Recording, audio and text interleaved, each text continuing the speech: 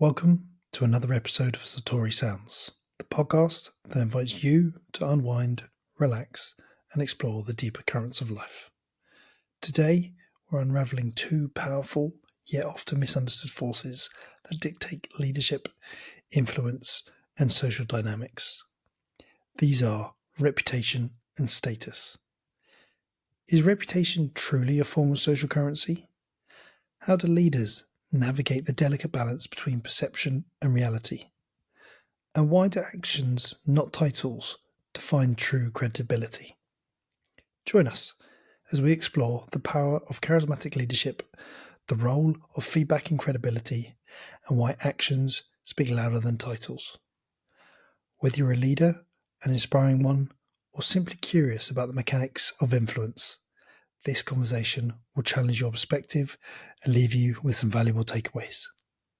Let's get started. It's a form of social currency, isn't it? So if you have a high enough reputation, you can almost, if we think about it like a coin or something, you almost buy yourself out of trouble. If so, like that example with the employees you're talking about, we won't name them, but because they've got such a historic reputation, they do massive funding issues, like you described that, and just terrible blunders.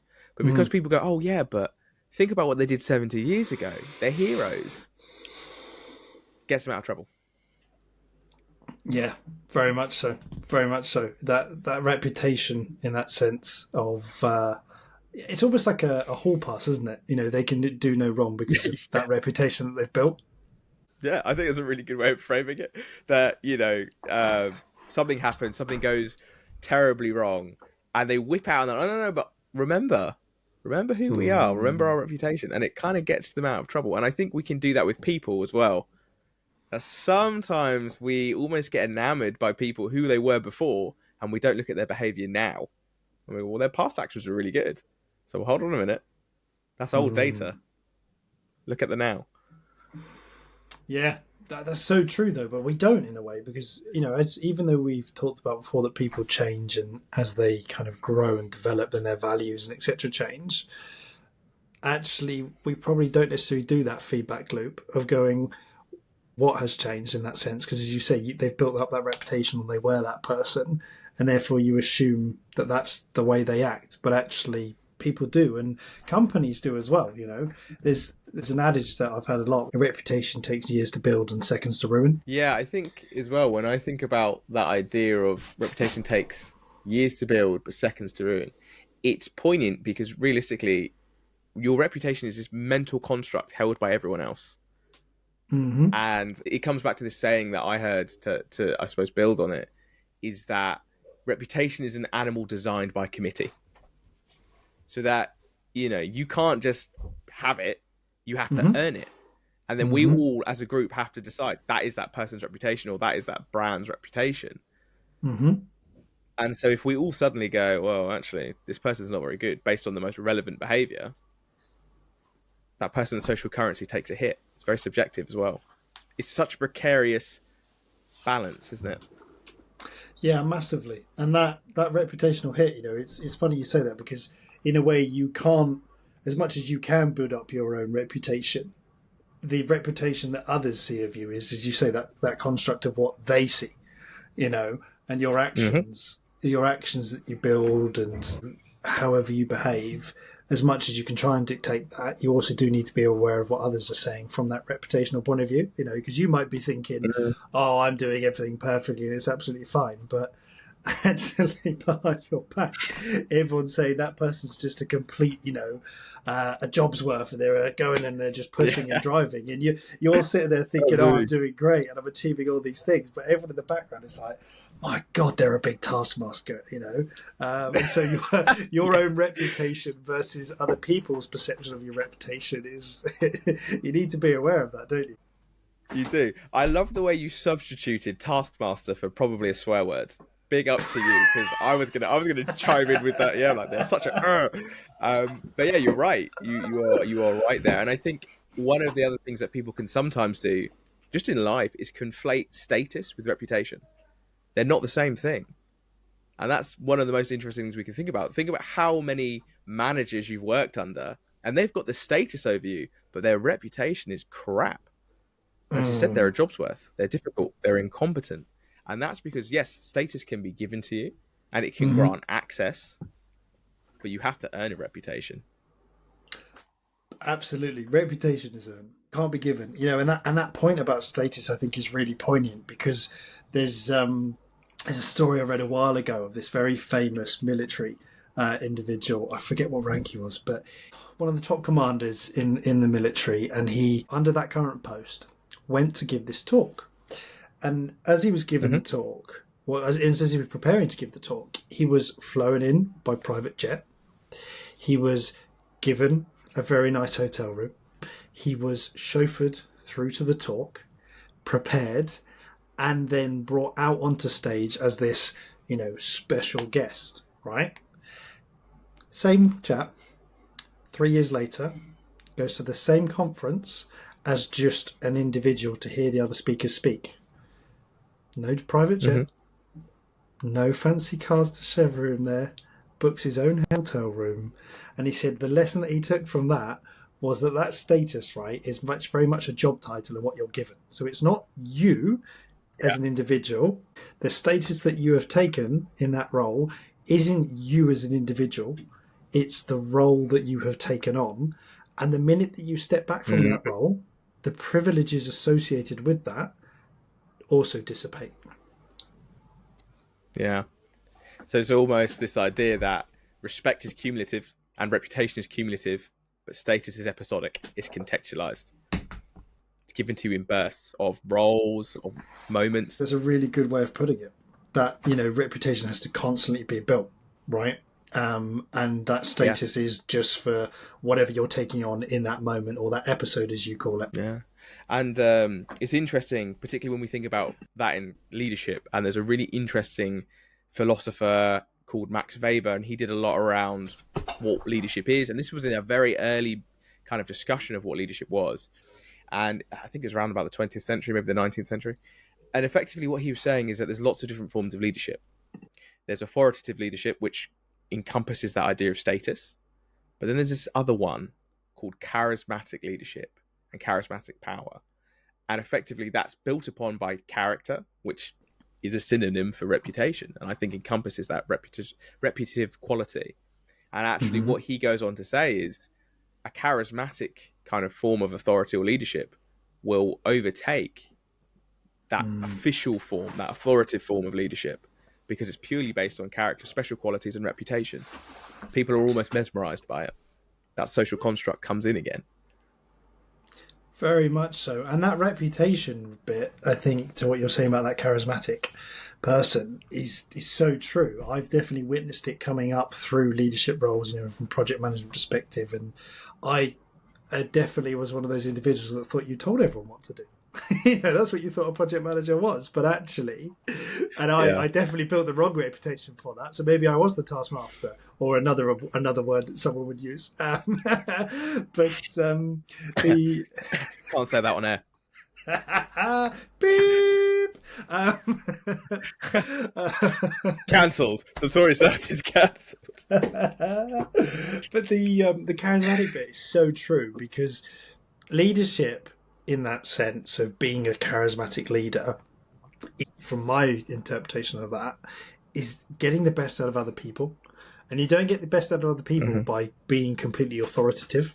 You know, sitting in there and barking orders isn't going to achieve necessarily the outcome that you want. And I think the way that I can frame that is, I remember sitting in a meeting for hours, like it was genuinely hours. And I was at the time quite junior, and I was just taking the action notes and following it up. But I followed up with the director afterwards, and I said, you and I before this meeting talked and said, we know what we need to achieve in this meeting. So why did it go on for hours? And he said to me, he said, well, Ollie, if you and I had just bowled in there and told everyone what to do you think they would have done it? Or if I'd suggested to the room the path that I think we could try to follow and set the scene, but let them come up with the answer, which one's going to be more effective? And that was one of those penny drop moments. Oh, to tell them what to do, and then it's done. We can move on to the next meeting. Crack the whip. Damn it, crack the whip. But it was one of those penny drop moments where it was like, huh, okay.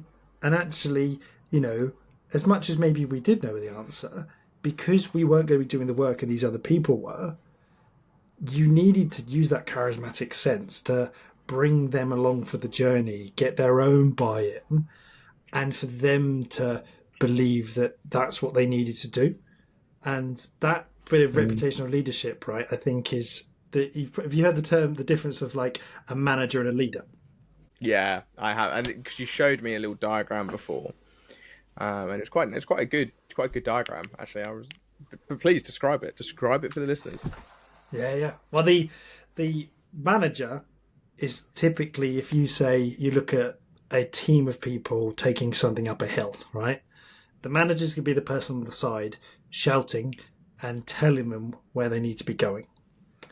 The leader is going to be at the back helping push them forward, and they are very much part of the team, right? So the manager is the teller, the leader is the doer. So they're showing, but they're not necessarily telling everyone what to do. They're just in there with the troops. And I think, when we're bringing it back to that reputational point, for anyone who takes on an element of responsibility as they grow for all their professions, right? We're not talking about just CEOs here. We're talking for anyone who is maybe a line manager or taking on the role of a project sponsor, or any form of bit, is that leadership without title we talked about before, but all of this applies to regardless of the level that you are as a leader. I don't think anyone should focus on the term manager in a sense, right? Because you're not necessarily managing things. That is that, authoritative approach. Whereas a leader is very much someone who sets the vision. I think it comes back to what we said a moment ago, doesn't it? That status will grant you access, so it will give you a role, sure, but actually reputation drives influence. Charismatic leadership, that's what drives influence. And it's interesting to think about, because we've seen it, we've all experienced it, be it your first job, be it right the way through to who you are now, kind of in your professional career, or maybe you have a hobby or a teacher or whoever it is, you will come across characters like that. You will find kind of someone who just has the status, who just has the role, and someone that inspires you to be better. Someone that maybe it can go the other way as well. Some people have a terrible reputation. You go, I need to avoid you. But thinking about it in that positive framework of actually this person they inspire me to be better. That's the way to frame it, I suppose. That inspiration is definitely, it inspires you to be better. And that is, to me, that's what leadership is. You're inspiring others to get the most out of it for them, right? Not just barking orders. And, you're talking there about realizing the traits of what you don't want. That's I used to have a document that had all the good traits of the managers I've had and all the bad traits. And that helped me understand the type of leader and manager that I wanted to be. Because it is so easy, as you say, that some people just get given a title and, well, I'm the manager now. And I do remember one of my first managers, and I won't name them by name. I'm in charge. To carry his clipboard. That's how you knew he was in charge. Often there was nothing on that clipboard, but he had the clipboard. So it was like a metaphor for I'm in charge. Yeah, what you're talking about there is a concept in psychology called symbolic interactionism. And what you will find is that in places of authoritative power, individuals hold on to symbols. So think about the dictator with lots of medals, and they've never fought in a war. Think about the self-proclaimed king with his throne and his crown. And you see these archetypes erupt in our society. And I always think about the saying, lions don't say they're lions. And there's that scene at the end of, I've forgotten the film now, Indiana Jones, where he goes to drink from the Holy Grail. And the bad guy initially takes the golden grail and it kills him. Because actually, he has no use for that. And that's a prime example of symbolic interactionism. That's so true. And what we're saying there is drink from the dirty cup, not the shiny one. Yeah. The best thing to do is probably just drink puddle water. Yeah, that's just the fact. Just drink puddle water. In fact, if I see you with a cup, you're a phony. That's my view of it. No, but the expression is lions don't say they're lions. You don't need to dress the part if you are the part. 100%. And those actions build it more than the title, don't they? That going back to that reputation, Yeah. Turning up, inspiring people, helping them, giving back. You don't need a title to do any of those things. And I think that was something that No, you don't. really hit home for me, because as much as there are some characteristics that shape a leader, it's not like a job description in that sense. A leader isn't necessarily someone that you just choose all these things and then you become a leader. It's not a modular skill that you just build. And whereas a manager, has certain things that they need to achieve, right? And everyone goes about it very differently.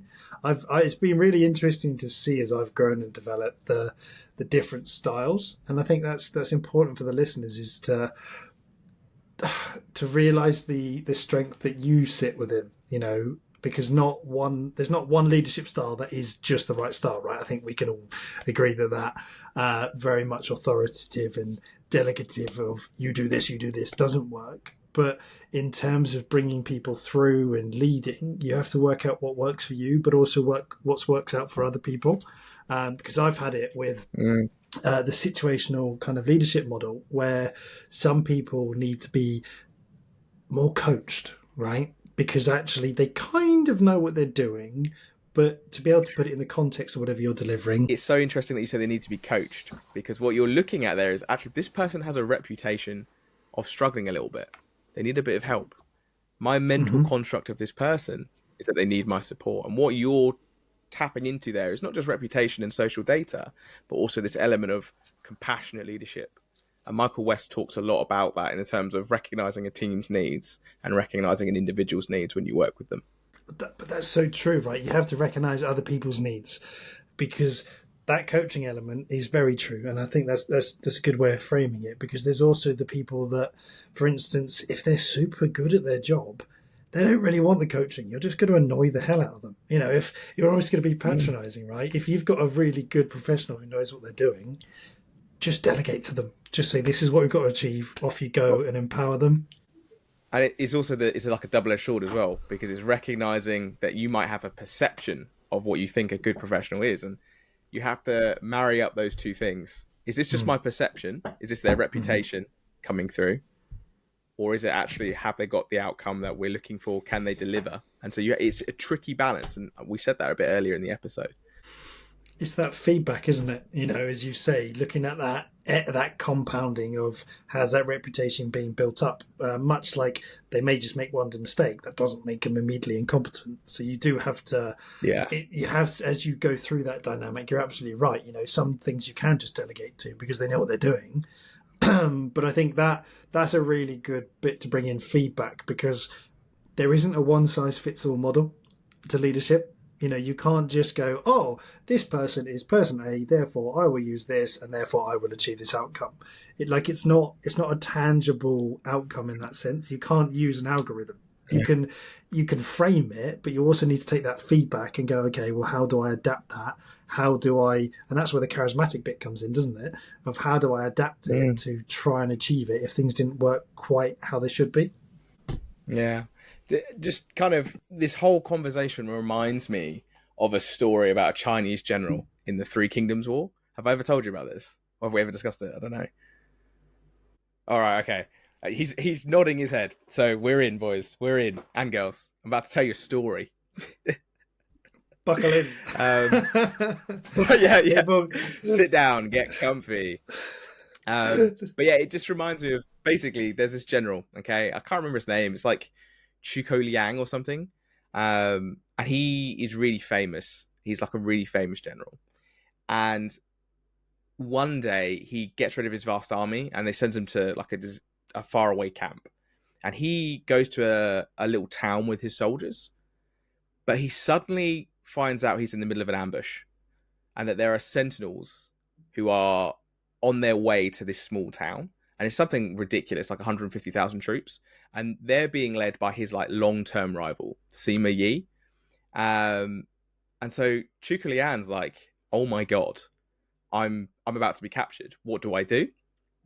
And instead of, I suppose, lamenting about, oh, I've been caught, or trying to figure out ways to escape capture, what he does is he orders his troops to take down all their banners, all their flags. He tells them to open the small town's gates, and he asks all his soldiers to hide, while he himself takes his seat right in the middle of the town, and he puts on these bright robes, Taoist robes, and he lights some incense, bright, smelly incense, and he starts playing his lute and singing. So he's singing, he's chanting, and eventually what happens is he sees this massive army of his long-term rival, Sima Yi. And he's like, oh my God, that's a massive army, because it's 150,000 people. And so what he does is he pretends not to notice them, and he just continues singing and dancing and playing the lute. And eventually, Sima Yi and his army get to the gates. And Sima Yi, who obviously has had countless battles with this guy, he recognizes him. He's like, I know who that guy singing and dancing is. That's Chuku Liang. And despite Sima Yi's advantage, and despite his soldiers' eagerness to go in and capture Chuku Liang's reputation precedes him in Sima Yi's mind. And Sima Yi's like, no, we have to get out of here. And it's because Sima Yi had fought Chuku Liang and heard so many stories about him and his strategic brilliance that he genuinely believed that Chuko had set up an obvious trap.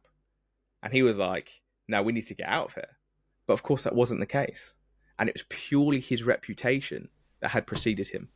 It wasn't anything else. And that mental construct was so powerful that he effectively lost the Three Kingdoms War because of it. I'm pretty sure.